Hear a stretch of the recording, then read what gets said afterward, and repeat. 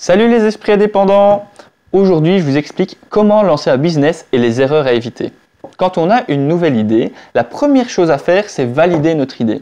On valide notre idée, notre nouvelle idée de business, en la soumettant directement à nos clients potentiels. Aujourd'hui, grâce aux nombreuses technologies, on a des places de marché qui existent presque dans tous les domaines.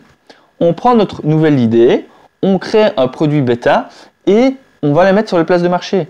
On regarde directement s'il y a de l'intérêt pour notre produit et si des gens sont prêts à dépenser de l'argent pour ça.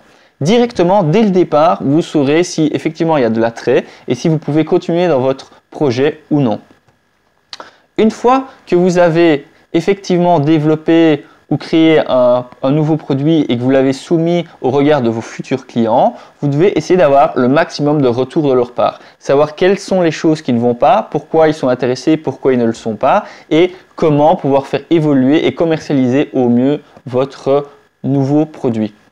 Par exemple, dans le cas de l'immobilier, si vous désirez acheter une maison pour la louer et que vous espérez atteindre un certain loyer, un certain rendement du bâtiment qui n'est pas déjà loué, ce que vous pouvez faire, c'est avant même de l'acheter, c'est de faire une fausse annonce sur un site de vente de maisons et de location pour savoir effectivement si vous aurez des appels et quelles sont les personnes qui seraient prêtes à venir visiter à ce tarif-là. Si vous avez beaucoup d'appels et si les appels que vous avez sont des appels qualifiés de personnes avec des moyens capables de louer le bien que vous cherchez à louer.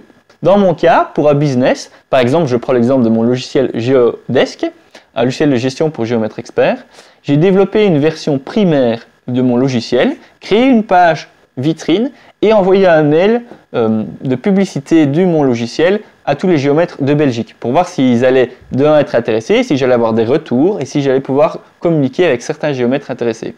Une fois que vous avez toutes ces informations-là, n'abandonnez pas, battez-vous. La création d'un business, la mise en place d'un nouveau projet, c'est affronter et être confronté à de nombreuses difficultés, que ce soit personnelles ou de l'extérieur. Et l'objectif, c'est de pouvoir justement diviser la réalisation de son projet et de la mise en place en sous-objectifs pour pouvoir être content de chaque réalisation et fêter un petit peu l'avancée du projet jusqu'à ce que celui-ci devienne viable et rentable pour vous. Vous pouvez également aller voir sur mon blog moindépendant.com une analyse complète que j'ai faite sur le lancement d'un business dans la location de matériel. J'ai fait tout un test, j'ai fait toute une procédure de validation dans la thématique Lean Startup et ça risque de vous intéresser. Voilà, c'était une vidéo sur comment valider son business, comment lancer un nouveau projet entrepreneurial ou dans le domaine immobilier et éviter les erreurs que beaucoup font de lancer un business sans savoir si celui-ci a de l'attrait et si celui-ci risque d'être rentable. Si vous avez aimé la vidéo, je vous invite à cliquer sur le petit bouton j'aime ici et à mettre un commentaire et à vous abonner. Merci et à très bientôt pour mes prochaines vidéos, d'une vidéo par jour pendant 30 jours. Merci, au revoir, ciao!